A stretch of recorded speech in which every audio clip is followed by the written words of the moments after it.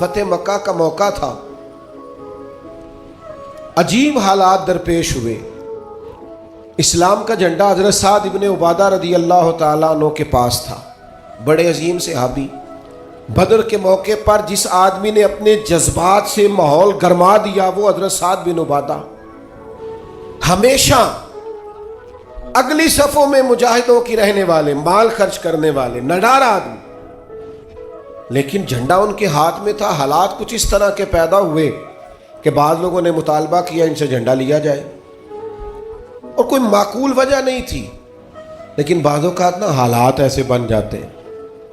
اب حضور علیہ السلام کی بارگاہ سے مطالبہ ہو رہا ہے کہ آپ جناب سعد بن عبادہ سے جھنڈا لے لیں۔ یہ نوجوانوں سے بالخصوص عرض کروں گا کہ علم بھی تبھی بندے کو فائدہ دیتا ہے جب اس کے ساتھ کچھ بندے کو شعور بھی ہو، ہنر بھی تبھی فائدہ دیتا ہے جب اس کے ساتھ کچھ نہ کچھ دانائی بھی ہو۔ شیخ سعدی فرمایا کرتے تھے 1 من علم ہونا تو سنبھالنے کے لیے 10 من عقل کی بھی ضرورت ہوتی ہے، ورنہ ضائع ہو جاتا ہے سارا۔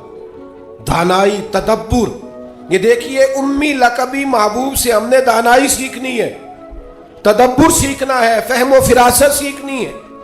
زندگی میں شعور کس کو کہتے ہیں یہ حضور ہمیں سکھائیں گے کہ جناب حضرت سعد بن عبادہ کو اتارنا ہے۔ اب بڑے بڑے دانا صحابہ کہہ رہے تھے یا رسول اللہ کوئی ایسی بات نہیں ہے، حالات اس طرح کے ہیں، کیسے یہ فیصلہ کریں گے؟ تو حضور نے فرمایا کوئی مشکل نہیں، اتار دیتے ہیں، بدل دیتے ہیں، ان سے منصب لے لیتے ہیں۔ یا رسول اللہ یہ آسان نہیں ہے، کیسے؟ فرمایا ابھی دیکھنا تم، یہ اللہ تعالیٰ نے میرے محبوب کو حکمت کی خزانوں کی کنجیاں عطا فرمائی۔ نبی کریم علیہ السلام نے فرمایا سعد بن عبادہ جھنڈا دے دیں آپ واپس، اب آپ لشکر کے علم بردار نہیں رہے۔ انہوں نے بوجھل ہاتھوں سے جھنڈا تھما ہوا تھا، پریشان تھے کہ کوئی ایسی بات نہیں۔ جب حضور نے کہا دیں، وہ غلام تھے، سانو قید سجن دا گہنا ہے، وہ جینج رکھے ایسا اونج رہنا ہے۔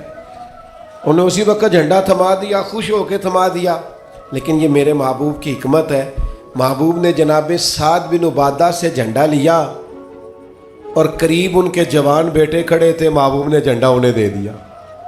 فرمایا کمان تیرے ہاتھ میں ہے۔